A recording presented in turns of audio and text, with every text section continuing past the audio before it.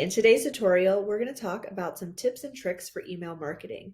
So specifically today, we are going to talk about reusable blocks. So let's go ahead and go into our email marketing campaigns here on Iris Works. I'm going to go into an email campaign that I've already created so I can show you how to save the reusable blocks. So for instance, my logo is always going to stay the same here. So I'm going to save this as a reusable block. To do that, you're going to click right outside that box and where it says row here, and then you're going to hit save. I'm going to call this logo and I'm going to hit save.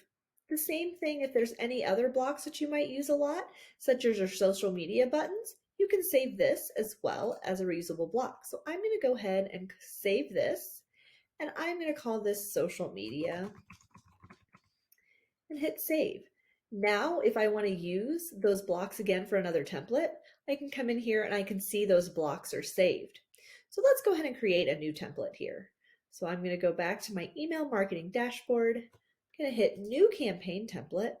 Let's go ahead and pick one of these templates that are in here. I don't want to use this logo, so I am going to go to my blocks and I am going to take this and I'm going to drag it over and then simply delete this block here. And now my logo's there. Same thing if I scroll down. I already have my social media buttons, so I don't need this information here. I can go ahead and slide that over there and then delete what I am not using.